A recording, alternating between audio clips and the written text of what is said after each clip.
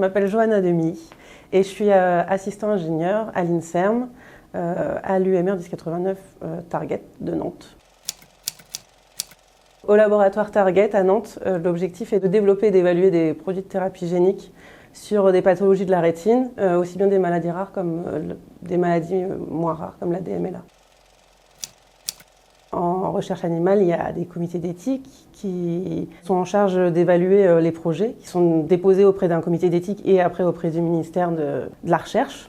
Et donc mon travail, ça va être d'accompagner les chercheurs et de rédiger toutes ces demandes d'autorisation. Dans le cadre de la règle des 3 R, donc qui est la réduction, le remplacement et le raffinement des méthodes, on va au laboratoire utiliser par exemple la réduction avec l'utilisation d'organoïdes. Donc l'utilisation des organoïdes, ça permet de remplacer les animaux, mais pas complètement parce qu'on n'aura pas le résultat du produit thérapeutique sur l'organisme entier. Donc on va pouvoir voir quel produit thérapeutique sera efficace sur nos organoïdes et on sélectionnera les meilleurs candidats pour après les évaluer sur les animaux. Donc ça nous permettra quand même grandement de réduire le nombre d'animaux utilisés. Et le raffinement des méthodes, c'est l'amélioration le plus possible des méthodes qu'on va appliquer sur les animaux. Donc par exemple en recherche sur la thérapeutique sur la rétine, on utilise beaucoup l'imagerie qui est une méthode non invasive.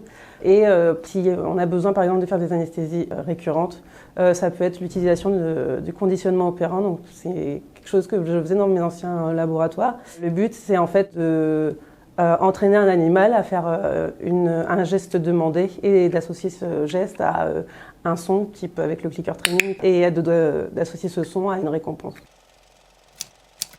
Pour le raffinement des méthodes, j'ai appliqué ça aussi à mon quotidien. J'ai 2 chats à la maison que j'ai entraînés à répondre en fait au clicker training. Donc au départ, je les ai entraînés avec un clicker. À chaque fois qu'ils s'asseyaient, je faisais un bruit de clicker qui permettait d'associer ça à une récompense. Donc ils comprenaient que le fait d'être assis était associé à une récompense. Et au fur et à mesure, ils ont compris que quand je disais assis sans avoir besoin du clicker, cela donnait la récompense ultime, c'est-à-dire les croquettes quotidiennes. Donc ils savent que s'ils sont assis et sages, ils ont les croquettes.